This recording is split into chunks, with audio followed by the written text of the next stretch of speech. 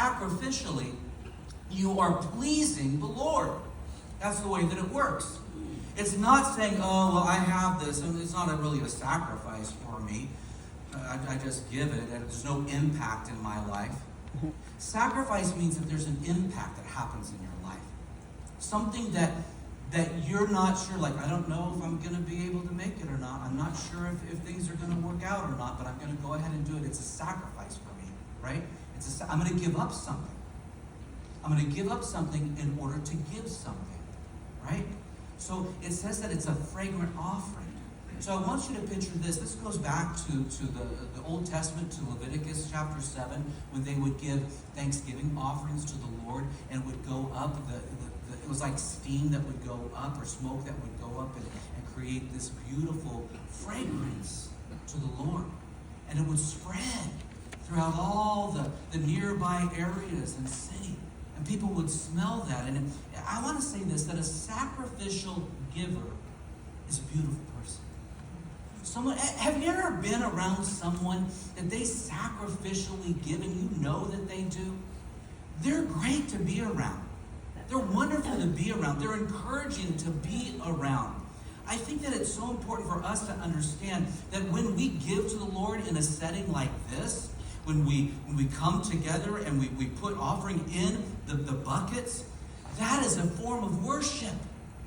When we are doing that, it is pleasing to the Lord, and it goes up as a fragrance to God. That's why we incorporate it within the worship on Sunday mornings.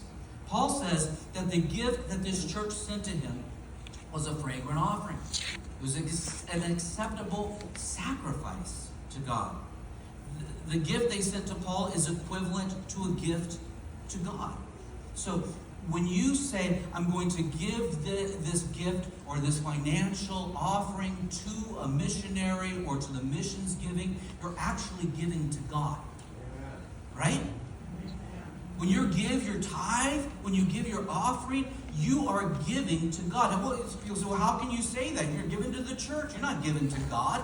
How can we give directly to God? Jesus said it this way, inasmuch as you've done it for the least of these, my brethren, you've done it unto me. It's just like doing it to God. But the condition to the promise is this, that you give and God is going to bless. Listen, you can't claim verse 19 unless you're doing verse number 18. So let's look at the promise, okay? Let's look at the promise. The second part is this, the fill in the blank. God will take care of me. That's the promise. The verse says, verse 19, my God will supply all your needs according to his glorious riches in Christ Jesus. That is a guarantee. That's a guarantee. There's the condition, and there's the promise. It's a warranty. It's a guarantee. It's going to happen, right? I don't know if you've bought something before, a big purchase.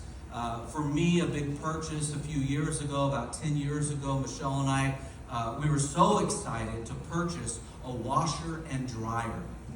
The front loader. Remember when those were like really popular? How many have a front loader right now? Come on. Show me the front loaders. All right. We thought we were so awesome to get the front loader. Like, oh, we're moving up. This is great.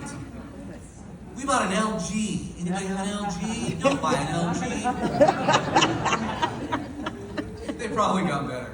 But we bought an LG, and we were so happy, except, after about 2 weeks of washing clothes, we noticed that it really wasn't cleaning our clothes. There was something wrong with it.